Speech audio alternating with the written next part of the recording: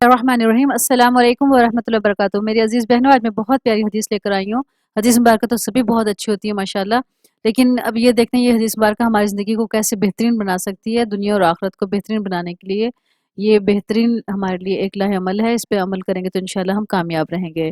تو دیکھتے ہیں کہ 25 بڑے مسائل کا حل فرمان رسول صلی اللہ علیہ وآلہ وسلم کی روشنی میں. ایک بدو رسول اللہ صلی اللہ علیہ وسلم کے دربار میں حاضر ہوا. اس وقت وہاں حضرت خالد بن ولید رضی اللہ تعالیٰ عنہ بھی موجود تھے.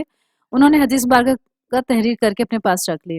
کنز الایمان میں یہ حدیث مبارکہ اسی طرح درج ہے. اس بدو نے عرض کیا، جو 25 سوالات ہیں ان میں سے ہم سٹارٹ کرتے ہیں. نمبر 1، عرض کیا یا رسول اللہ صلی اللہ علیہ وسلم، میں امیر غنی بننا چاہتا ہوں.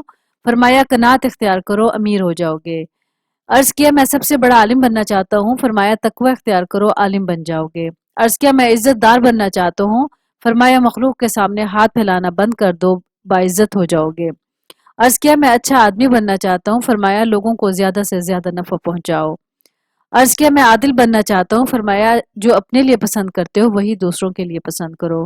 عرض کیا میں طاقتور بننا چاہتا ہوں. فرمایا صرف اللہ کی ذات پر توکل کرو. عرض کیا میں اللہ کے دربار میں اعلیٰ درجہ چاہتا ہوں. فرمایا کثرت سے ذکر الہی کرو. عرض کیا میں رزق کی کشادگی چاہتا ہوں. فرمایا ہمیشہ باوضو رہو. عرض کیا دعاؤں کی قبولیت چاہتا ہوں. فرمایا حرام نہ کھاؤ. عرض کیا ایمان کی تکمیل چاہتا ہوں. فرمایا اپنے اخلاق اچھے کر لو. عرض کیا روز قیامت کے اللہ سے گناہوں سے پاک ہو کر ملنا چاہتا ہوں. فرمایا جنابت کے بعد فوراً غسل کرو.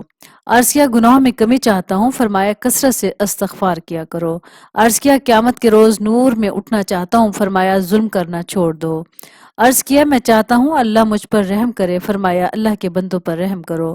عرض کیا میں چاہتا ہوں اللہ میری پردہ پوشی فرمائے. فرمایا لوگوں کی پردہ پوشی کرو. عرض کیا میں رسوائی سے بچنا چاہتا ہوں. فرمایا زنا سے بچو.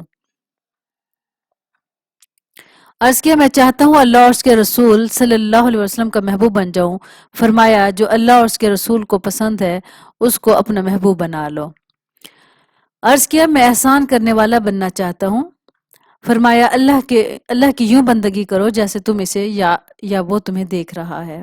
عرض کیا کون سی چیز گناہوں سے معافی دلائے گی. فرمایا آنسو، عاجزی اور بیماری. عرض کیا کون سی چیز دوزخ کی آگ کو ٹھنڈا کرے گی. فرمایا دنیا کی مصیبتوں پر صبر. عرض کیا اللہ کے غصے کو کیا چیز ٹھنڈی کرے گی. فرمایا چپکے چپکے صدقہ اور صلہ رحمی کرو. عرض کیا سب سے بڑی برائی کیا ہے. فرمایا بد اخلاقی اور بخل. عرض کیا سب سے بڑی اچھائی کیا ہے. فرمایا اچھے اخلاق، تواضع اور صبر.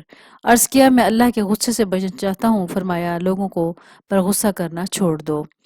تو اس کی روشنی میں ہم دیکھتے ہیں کہ ہم کہاں پہ صحیح ہیں اور کہاں پہ غلط ہیں، کون کون سی باتوں پر ہم عمل کر رہے ہیں، ہمیں یہ دیکھنا چاہیے. تو اچھا یہاں تھوڑی سی میں ایک وضاحت کر دوں گی ظلم پر، کہ جیسے فرمایا کہ ظلم، فرمایا قیامت کے روز نور میں اٹھنا چاہتا ہوں. فرمایا ظلم کرنا چھوڑ دو.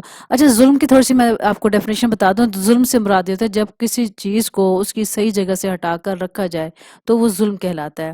مطلب ہر رشتے، ہر تعلق، ہر معاملے کو اس کی جگہ پہ رکھنا، تو یہ کہلائے گا انصاف کرنا. اور اس کو اگر اس کی جگہ سے ہٹا دیا جائے گا تو وہ ظلم کہلائے گا. جیسے بڑوں کا ادب کرنا ہمارے لیے ضروری ہے، اگر ہم بڑوں کا ادب نہیں کریں گے تو یہ ایک ظلم کی قسم ہوگی. چھوٹوں پہ شفقت کرنا رائٹ بنتا ہے، فرض بنتا ہے. اگر ہم چھوٹوں پہ شفقت نہیں کریں گے تو یہ بھی ایک ظلم کی قسم بن جائے گی. اسی طرح ناپ تول میں کمی کرنا تو وہ گناہ تو ہے ہی، لیکن یہ بھی ظلم ہو جائے گا. اسی طرح سے رشتے، ناطے، تعلقات کو جو اللہ تعالیٰ نے جگہ دی ہے ان کو ایز اٹ از نبھانا، تو یہ کہلائے گا اچھا اخلاق، ورنہ یہ کہلائے گا ظلم. تو ہمیں اس سے بچنا ہے. اچھا اور ایک اور اس میں وضاحت طلب بات تھی کہ چپکے چپکے صدقہ اور صلہ رحمی کرنا. صلہ رحمی کیا ہوتی ہے؟ جتنے بھی رشتے ناطے اللہ تعالیٰ نے بنائے ہیں ان کے ساتھ احسان کرنا، اچھا تعلق قائم رکھنا اور ان کی غلطیوں سے درگزر کرنا، یہ صلہ رحمی کہلاتا ہے.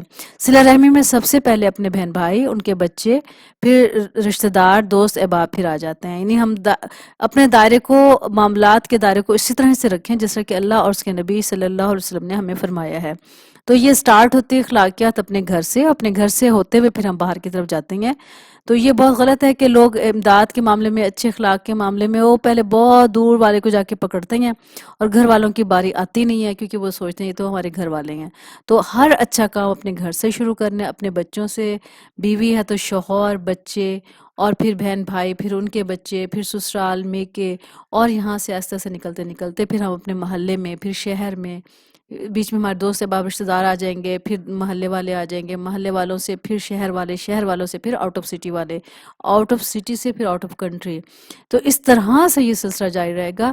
تو جب ہم نے اخلاقیات، مینرز سٹارٹ کرنے ہیں، اچھی بات شروع کرنی ہے، صدقہ خیرات شروع کرنی ہے، کوئی بھی نیکی شروع کرنی ہے، تو پہلے اپنے گھر سے شروع کرنی ہے.